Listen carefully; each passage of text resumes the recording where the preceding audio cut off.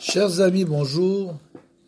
Nous arrivons maintenant au 11e conte, les contes de Rabbi Nachman, intitulé Le fils du roi et le fils de la servante qui furent échangés.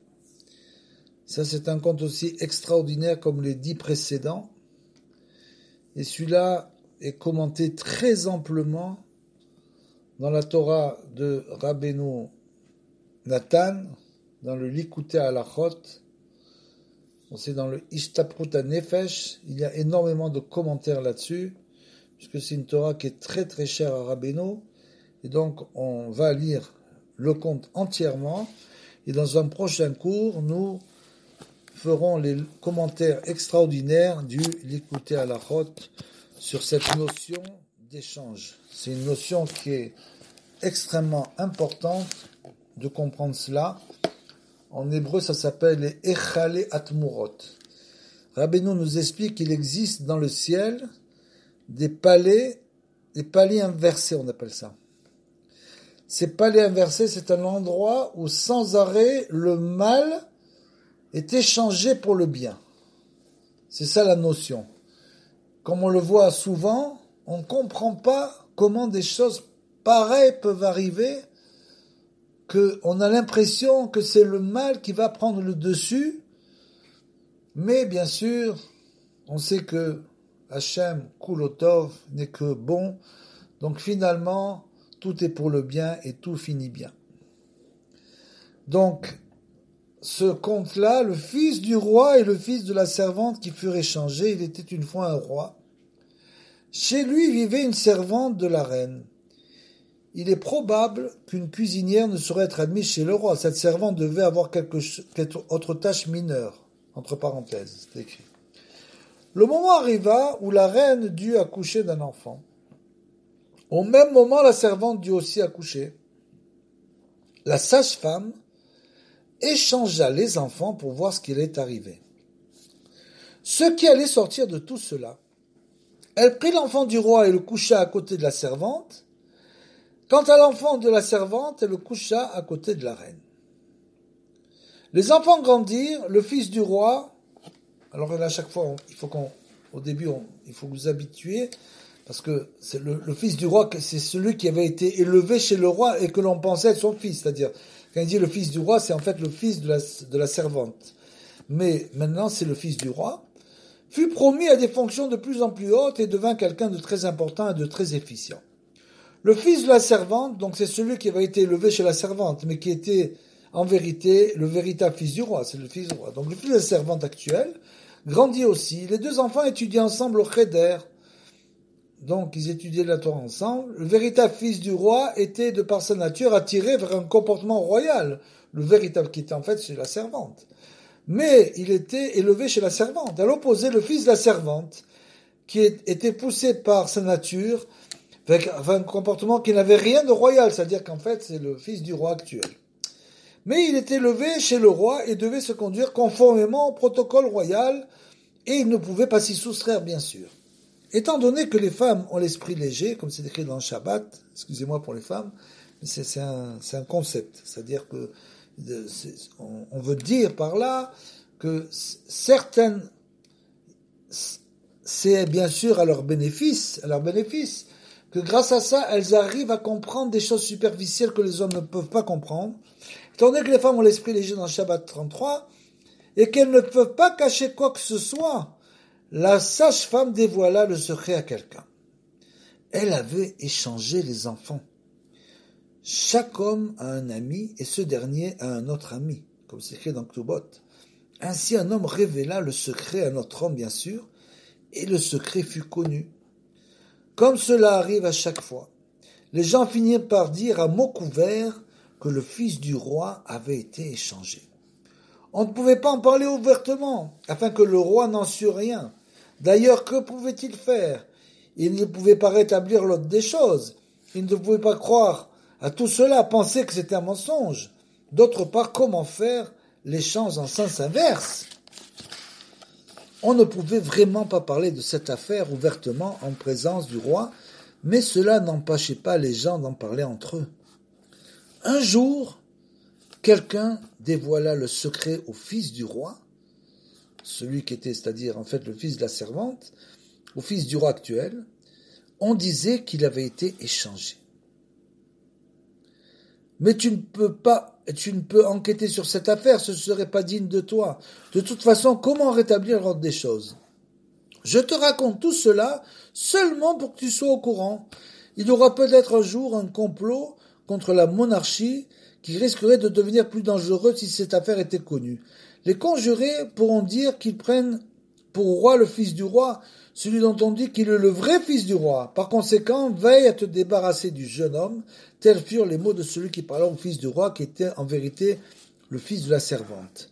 Puisque c'était le fils de la servante. Donc il lui dit, le fils de la servante, débarrasse-toi du vrai fils du roi, comme ça tu seras tranquille. Le fils du roi commença à comploter, donc la servante bien sûr, commença à comploter contre le mari de la servante, qui était en vérité son propre père. Il s'arrangea pour qu'il eût continuellement des ennuis. Il lui infligea les pires tourments pour le forcer à partir et à s'exiler avec son fils. Tant que le roi était vivant, il n'avait pas grand pouvoir. Mais lorsque le vieux roi mourut et qu'il hérita du royaume, il tourmenta le mari de la servante de plus belle. Il faisait tout en secret pour qu'on ne sache pas que cela venait de lui. Car il n'avait aucun intérêt à ce que la chose fût connue. Il lui infligea donc les pires tourments. L'homme comprit que c'était à cause de l'affaire. Les gens disaient que les enfants avaient été échangés. Et cet homme, que l'on tourmentait continuellement pour qu'il chasse son fils, appela ce dernier et lui raconta toute l'histoire. Puis il lui dit, j'ai grand pitié de toi, car de toute façon tu es mon fils, d'une part, j'ai pitié de toi. D'autre part, si tu n'es pas mon fils, mais le vrai fils du roi, j'ai encore en plus pitié de toi. En effet, celui qui a hérité du royaume veut causer ta perte, à Dieu ne plaise. Par conséquent, tu dois t'enfuir. Il se sentit très misérable et malheureux. Cependant, le roi le persécutait sans relâche. Donc le fils du roi décida donc de s'enfuir. Le père lui donna une grosse somme d'argent et il partit. Il était triste de quitter son pays pour rien et examina sa situation dans tous les sens, sous tous les angles. En quoi ai-je mérité d'être banni? Et si je suis le fils du roi, je ne mérite pas l'exil. Si je ne suis pas le fils du roi, je ne mérite pas non plus d'être un fugitif pour rien. En quoi suis-je coupable? Disait donc le vrai fils du roi, qui était le fils de la servante. Il était très triste à cause de cela et se mit à boire et à fréquenter les maisons de prostitution. C'était ainsi qu'il voulait vivre, se saouler et suivre les désirs de son cœur, parce qu'il avait été exilé sans raison. Le roi, donc le faux prince qui avait été échangé et qui est devenu le roi, dirigea son royaume d'une main de fer. Lorsqu'on lui disait que quelqu'un parlait de l'affaire à l'échange des deux enfants, il se vengeait en faisant punir et torturer cette personne. Il gouvernait d'une main de fer. Un jour, le roi partit chasser des bêtes sauvages en compagnie de ses ministres. Il arriva dans un endroit magnifique où coulait une rivière. Les ministres s'installèrent pour se reposer et il partit se promener. Puis il s'allongea et tout ce qu'il avait fait lui revient à l'esprit. Il avait exilé le jeune homme sans raison, car quoi qu'il en fût, si d'une part il était le fils du roi et s'il avait vraiment été échangé, pourquoi l'avait-il forcé à partir sans raison? D'autre part, s'il n'était pas le fils du roi, il ne méritait pas l'exil. En quoi avait-il péché? Donc en parlant du fils du roi, le vrai fils du roi, qui était le fils de la servante. Le roi médita beaucoup sur cette affaire et fut pris de remords à cause du péché et de l'injustice qu'il avait commis. Il ne savait pas quoi faire, il ne pouvait pas en parler à personne pour demander conseil, parce qu'on a honte de parler de ces choses-là à d'autres. Il resta soucieux et anxieux, il dit à ses ministres qu'il allait rentrer, car il n'avait plus envie de se promener, tellement il était soucieux. Ils rentrèrent et le roi eut beaucoup d'affaires à régler, il fut très occupé, et toute l'affaire disparut de ses préoccupations. Celui que l'on avait forcé à partir, donc le vrai fils du roi, à qui avait fait ce qu'il avait fait, dépensa tout son argent. Un jour, il partit se promener seul, il s'allongea. Tout ce qui lui était arrivé lui revient à l'esprit, il se dit, comment Dieu a-t-il agi envers moi? Si je suis le fils du roi, je ne mérite pas tout cela, et si je ne suis pas le fils du roi, il n'y a pas de raison que je sois un fugitif, un exilé. Il se calma et pensa, ai-je eu raison d'agir de la sorte? Est-ce qu'il convient à mon rang de me conduire comme cela? Il fut très triste et pris de remords à cause de ses mauvaises actions. Puis il retourna là où il vivait et se remit à boire. Cependant, il avait des remords et il était mal à l'aise à cause des regrets et du repentir qui le préoccupaient constamment. Donc vous voyez que c'est bien de s'allonger dans la nature, on dirait que ça provoque la teshuva véritable. Un jour qu'il était couché, il rêva qu'à un certain endroit, une foire se tenait, tel et tel jour. Il devait s'y rendre et saisir la première occasion qui s'offrirait à lui, même si cela était au-dessus de sa condition. Lorsqu'il se réveilla, le rêve était toujours dans son esprit. Il arrive parfois qu'une chose sorte tout de suite de la tête, mais ce n'était pas le cas de son rêve. Pourtant, il était difficile pour le jeune homme de faire ce qu'on lui avait dit. Il se remit à boire et refit le même rêve plusieurs fois. Et ce rêve le tracassait beaucoup. Un jour, on lui dit en rêve, « Si tu as pitié de toi-même, va à la foire. » Il dut obéir. Il décida de laisser tout l'argent qui lui restait. Il le laissa dans l'auberge où il vivait, abandonna aussi ses beaux vêtements et choisit une simple blouse de marchand. Il se rendit dans la ville où se tenait la foire. S'étant levé tôt, il se rendit à la foire. Un marchand l'aborda et lui demanda « Veux-tu gagner quelque chose ?» Parce qu'il était habillé de manière très humble. Donc, parce que malgré tout, c'était le fils de la servante, mais son père lui avait donné beaucoup d'argent. Donc, il avait de l'argent, il s'était acheté des beaux vêtements, etc. Et là, pour la foire, il avait remis une blouse simple, tout à fait simple. Il dit, un marchand l'aborda et lui demanda, veux-tu gagner quelque chose? Il répondit oui. Le marchand lui dit, je dois conduire un troupeau et je t'engage. Il n'avait pas le temps de réfléchir à cette offre à cause du rêve. Il répondit aussitôt, d'accord. Il fut engagé par le marchand qui lui donna des ordres, comme un maître donna des ordres à ses serviteurs. Le jeune homme commença à réfléchir à ce qu'il faisait là, car étant de nature délicate, il pensait que ce genre de travail était au-dessous de lui. Et voilà qu'il devait conduire un troupeau, aller à pied à côté des animaux, mais il était trop tard pour les regrets. Le marchand lui donnait des ordres comme un seigneur. Il demanda au marchand, comment je laisse conduire le troupeau tout seul? Le marchand répondit, j'ai d'autres conducteurs de troupeau, tu iras avec eux. Il lui confia quelques bêtes à conduire, il les conduisit en dehors de la ville, à l'endroit où les autres conducteurs étaient rassemblés. Ils partirent tous ensemble et ils conduisaient les bêtes. Le marchand les accompagnait à cheval. Il se conduisait avec cruauté, surtout avec le jeune homme, car il avait très peur de cet homme cruel. Il avait peur de mourir si le marchand lui donnait des coups de bâton, parce que le fils du roi, c'était le vrai fils du roi en fait, était très délicat bien sûr, et il avait peur chaque fois qu'il pensait au marchand. Il conduisait donc le troupeau et le marchand les accompagnait. Ils arrivèrent dans un endroit où on sortit le sac qui contenait le pain destiné aux conducteurs du troupeau et on leur en donna. On en donna aussi au jeune homme et il mangea. Puis ils repartirent et traversèrent une épaisse forêt. Deux des bêtes dont le jeune homme avait la charge s'égarèrent dans la forêt. Le marchand invectiva le jeune homme qui partit les rattraper. Les bêtes s'avancèrent plus loin et les pourchassa. La forêt était très épaisse et dès qu'il fut entré, les conducteurs ne purent plus le voir. Le jeune homme marcha à la poursuite de ces bêtes qui s'étaient attachées. Il les pourchassa longtemps, toujours plus loin, jusqu'au plus profond de la forêt. Il se dit, quoi qu'il arrive, je vais mourir à cause de la terreur qu'il éprouvait à l'égard du marchand. Il pensait que ce dernier allait le tuer s'il revenait sans ses bêtes. Si je reste ici, les bêtes sauvages de la forêt vont me tuer. Mais pourquoi retournerai-je auprès du marchand? Comment revenir sans les bêtes? Il eut très peur. Il reprit donc sa route et poursuivit les bêtes qui s'éloignaient toujours. La nuit tomba et il n'avait jamais été confronté à une pareille chose. Être obligé de passer la nuit seul dans une forêt, il entendit les rugissements des bêtes sauvages qui criaient comme elles en avaient l'habitude. Il décida de grimper dans un arbre où il passait la nuit. Il entendit encore les bêtes sauvages qui criaient le matin venu. Il regarda autour de lui et vit que ces bêtes étaient tout près. Il descendit de l'arbre pour les attraper, mais elles s'enfuirent et les pourchassa. Elles coururent plus loin et trouvèrent de l'herbe à manger. Elles s'arrêtèrent et broutèrent. Il s'avança pour les attraper, mais elles s'enfuirent plus loin. Chaque fois qu'il faisait un pas, elles partaient plus loin. Il arriva au plus profond de la forêt, là où vivent les bêtes sauvages, qui n'ont pas peur des hommes, car elles vivent loin de toute habitation.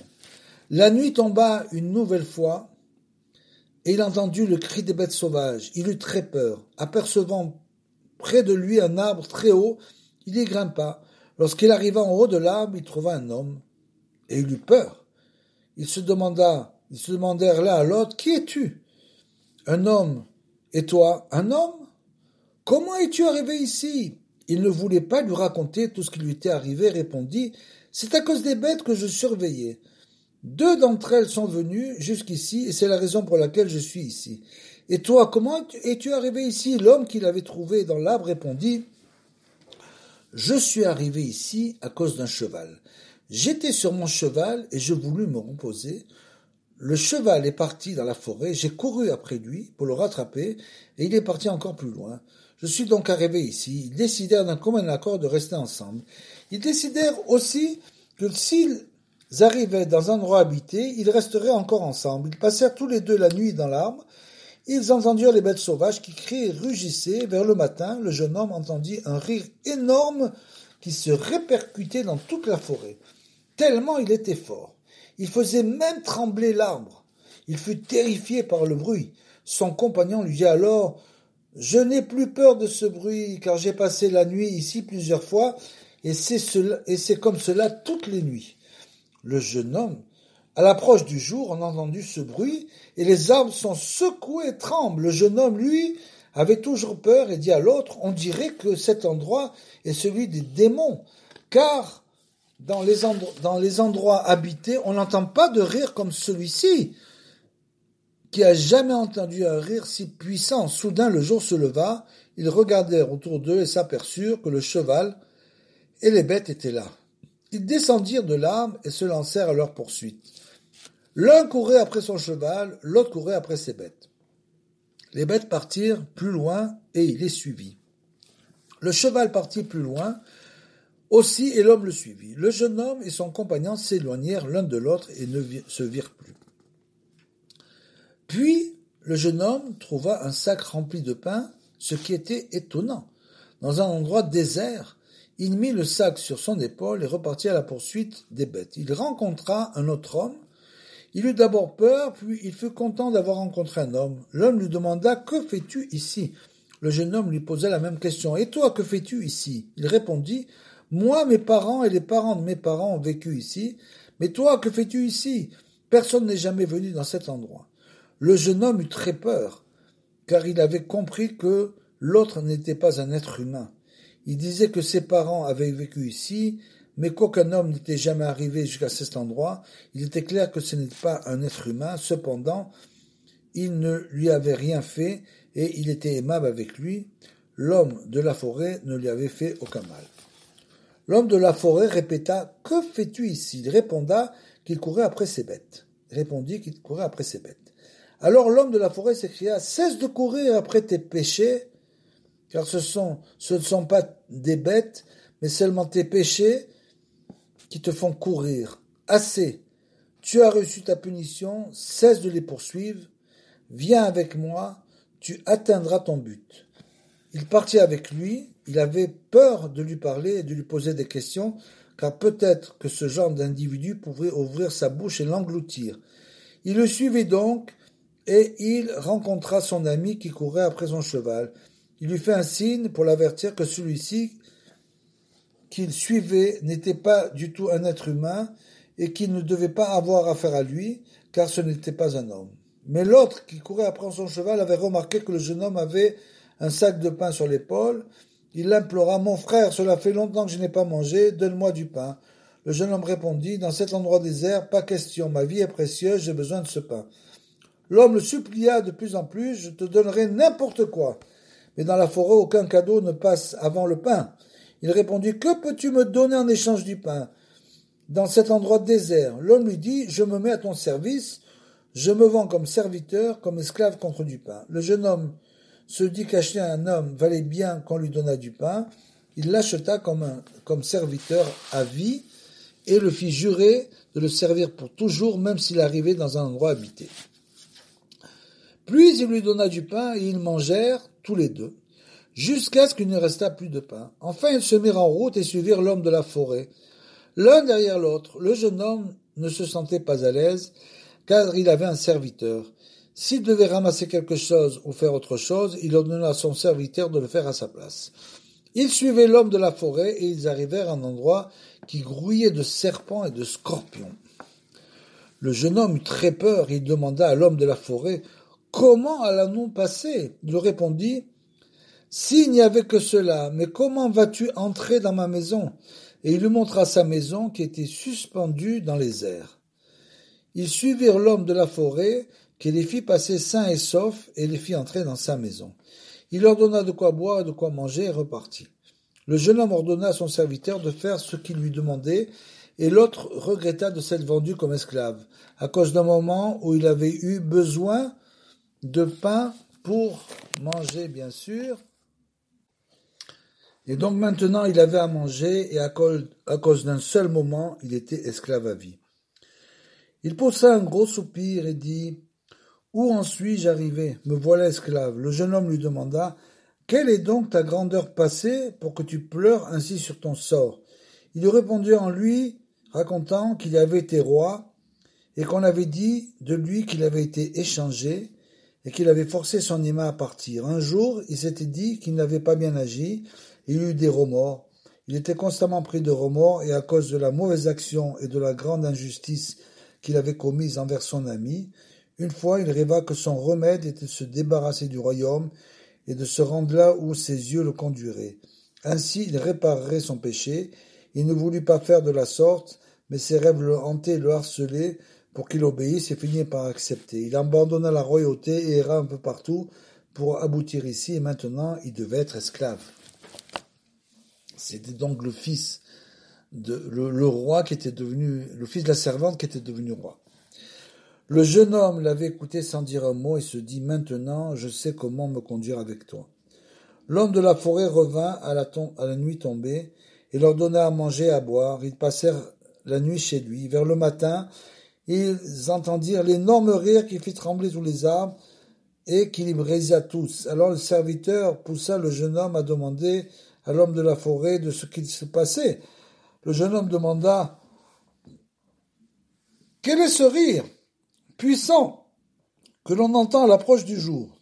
Il répondit, « C'est le jour qui se moque de la nuit, car la nuit demande au jour, « Pourquoi, quand tu arrives, n'ai-je pas de nom ?» Alors le jour éclate de rire, et lui, voilà le rire que l'on entend à l'approche du jour. Ce fut une grande merveille pour le jeune homme que le jour se moqua de la nuit. Mais il ne put pas poser d'autres questions étant donné la façon dont l'autre lui répondait. Le matin venu, l'homme de la forêt repartit, ils mangèrent et burent.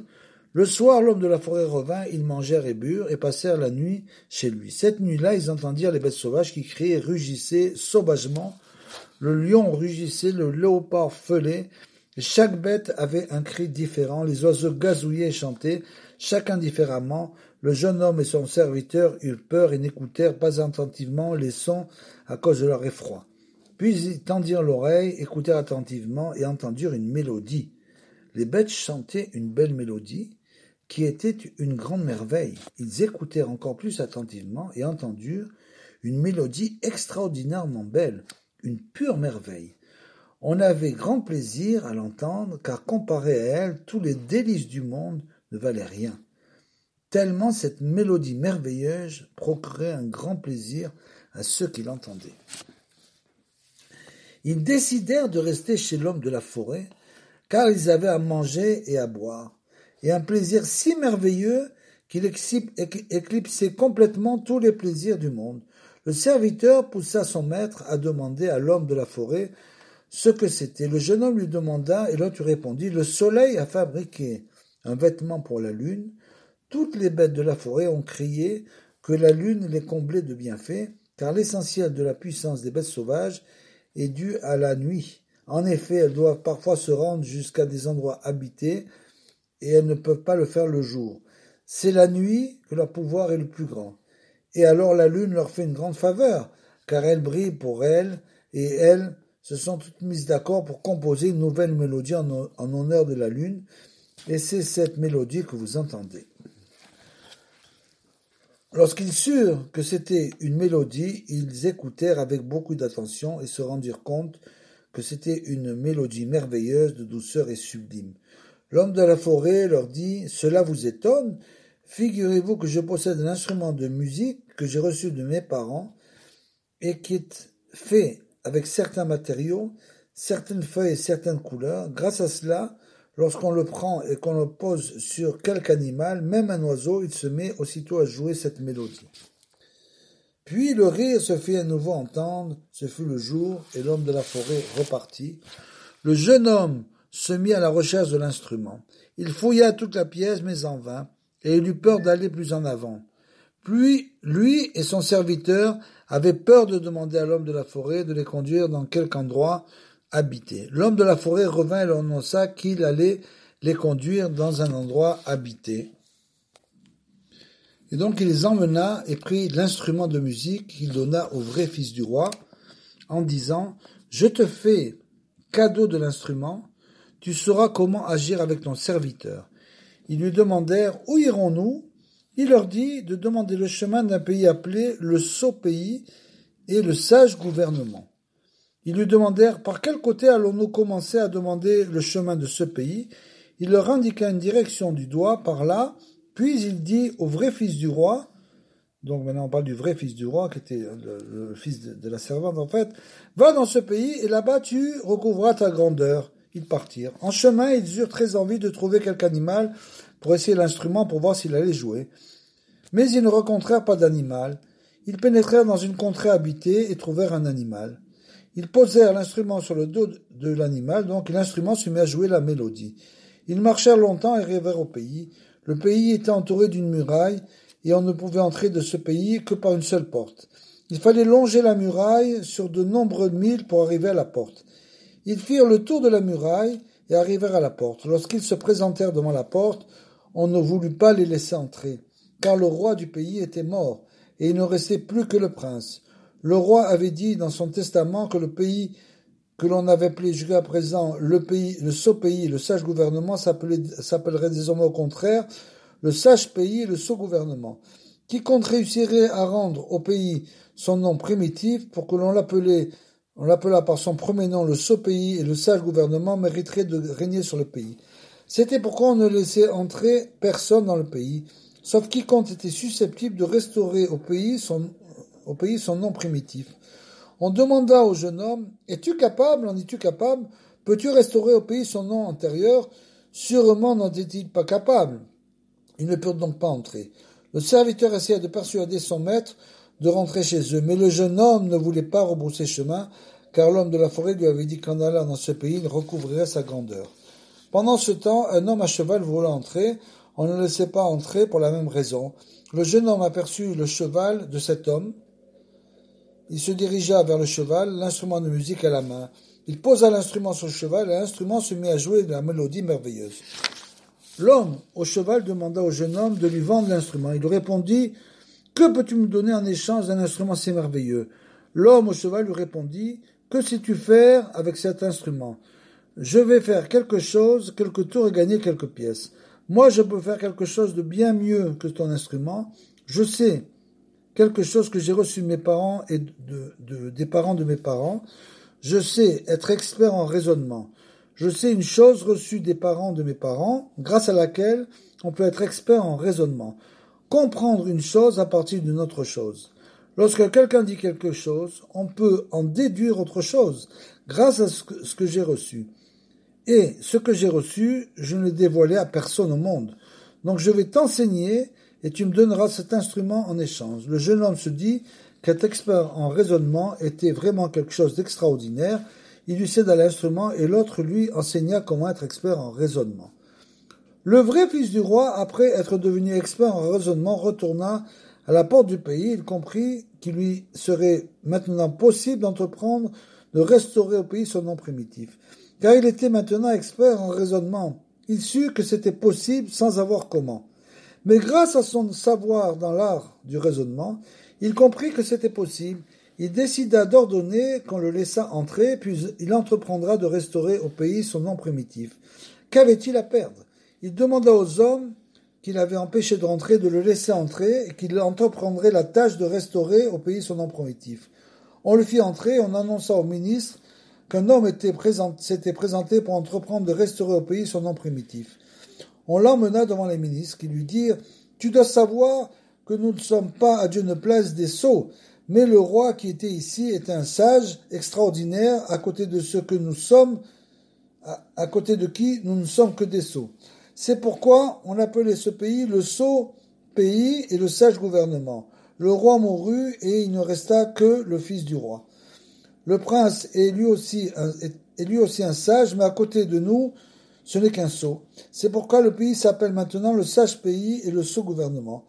Le roi a dit dans son testament qu'il se trouvait un homme assez sage pour être capable de restaurer au pays son nom primitif, alors que cet homme soit roi. Il dit à son fils que si cet homme se présentait, il devait lui céder le trône. Et il deviendrait roi, car en comparaison de lui, tous les autres ne seraient que des sots, car il restaurerait son pays son nom primitif. Le sot pays et le sage gouvernement, par conséquent, tu dois savoir à quelle tâche tu t'attelles. Il lui dira encore, voici comment nous allons déterminer si tu as assez de sagesse pour cette tâche. Il y a un jardin qui appartient au roi, ce roi qui était un grand sage. Ce jardin est une merveille extraordinaire, des vases en métal, des vases d'or et des vases d'argent y poussent. C'est une véritable merveille. Mais on ne peut pas y pénétrer dans le jardin, car dès qu'un homme rentre dans le jardin, il est poursuivi sans répit, il crie et il ne sait pas, et il ne voit pas qui le poursuit. On le poursuit et on le force à sortir du jardin. Nous allons donc voir si tu es un sage, si tu peux pénétrer dans le jardin. Il demanda s'ils ont frappé celui qui entrait. Ils répondirent l'essentiel et qu'on le poursuit, qu'il ne sait pas qui le poursuit. Et il doit s'enfuir, pris de panique. C'est ce qu'ont raconté les hommes qui ont pénétré dans le jardin. Telles furent les paroles que les ministres adressèrent au vrai fils du roi. Il se dirigea vers le jardin et vit qu'il était entouré d'un mur. La porte était ouverte et il n'y avait pas de gardien, car le jardin n'avait nul besoin de gardien, personne ne pouvait y entrer. Il se rapprocha du jardin, examina les lieux et vit près du jardin un homme, ou plutôt l'apparence d'un homme. Il regarda d'un peu plus près et remarqua au-dessus de l'homme une plaque sur laquelle était écrit que cet homme avait été roi pendant des centaines d'années et que pendant son règne, il avait eu la paix. Avant son règne et après son règne, il n'y avait eu que des guerres, mais pendant son règne, il n'y avait eu que la paix. Comme il était expert en raisonnement, le jeune homme comprit que tout dépendait de cet homme. Lorsqu'on entrait dans le jardin et qu'on était poursuivi, il ne fallait pas s'enfuir. Mais il fallait se placer à côté de l'homme et on était sauvé. Qui plus est, en prenant cet homme et en le plaçant dans le jardin, n'importe qui pouvait entrer dans le jardin en paix. Il comprit tout cela car il était expert en raisonnement. Il pénétra dans le jardin, aussitôt on se mit à le poursuivre. Il partit se mettre à côté de l'homme qui était au dehors et grâce à cela sortit sain et sauf. Les autres hommes qui étaient rentrés dans le jardin et que l'on avait pourchassés s'étaient enfuis près de panique et avaient été frappés à cause de cela. Mais lui était sorti sain et sauf parce qu'il s'était placé près de l'homme. Les ministres avaient tout vu et ils furent très étonnés qu'il fût sorti en paix. Il donna l'ordre de prendre l'homme et de le placer dans le jardin, ce qui fut fait. Puis tous les ministres entrèrent dans le jardin, ils se promenèrent et ressortirent en paix. Ils dirent au jeune homme, « Nous avons vu tout ce que tu as accompli, toutefois nous ne pouvons pas te donner la royauté à cause d'une chose. Nous allons te faire subir encore une épreuve. Le roi avait un trône, et ce trône est très très haut. À côté de ce trône se trouvent des bêtes sauvages et des oiseaux taillés dans le bois. Devant le trône, il y a un lit. À côté du lit, il y a une table. Sur la table, il y a une lampe. Du trône partent des chemins pavés. Ils partent dans toutes les directions et sont longés par des murs. Personne ne connaît la signification du trône et des chemins.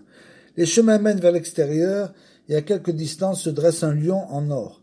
Et si un homme s'approche de lui, il ouvre la gueule et le dévore. Le chemin continue au-delà du lion. C'est la même chose pour tous les chemins qui partent du trône. Par exemple, un chemin part du trône et s'étire dans une direction et, à quelque distance, se dresse une bête sauvage, un léopard de fer. Et l'on ne peut pas s'en approcher, pas pour la même raison que l'on peut s'approcher du lion. Il en est ainsi pour tous les chemins qui s'étirent et traversent tout le pays. Personne ne connaît la signification du trône, des chemins et des objets. Voilà en quoi consistera l'épreuve que nous allons te faire subir. Arriveras-tu à connaître la signification du trône et de tous les objets? On lui montra le trône, il remarqua qu'il était très haut. Il s'en approcha, l'examina et découvrit qu'il était fait du même matériau dont était fait l'instrument que l'homme de la forêt lui avait donné. Il regarda plus attentivement et remarqua qu'il manquait en haut du trône une sorte de rose. S'il avait cette rose, le trône aurait alors le pouvoir de l'instrument, qui, quand on le posait sur le dos d'un animal, avait le pouvoir de se mettre à jouer. Il regarda encore et s'aperçut que la rose qui manquait en haut du trône se trouvait sous le trône.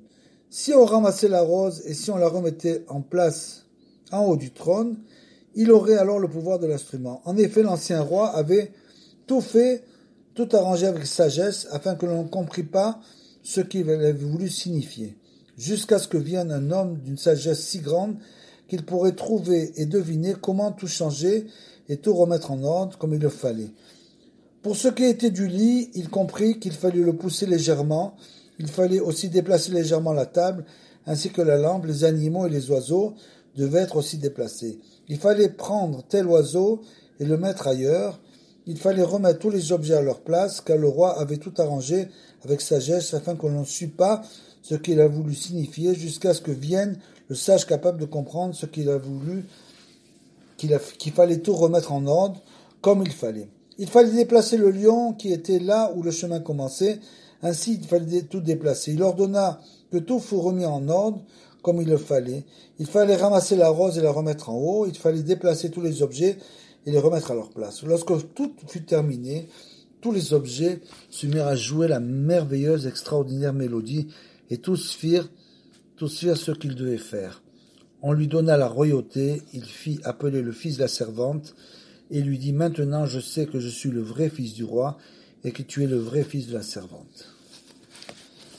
Et finalement, il est écrit là-bas, autrefois, lorsqu'on parlait de Kabbalah, c'est-à-dire de Zohar, etc., des écrits profonds, on utilisait le langage de cette histoire. Cette histoire est une grande merveille.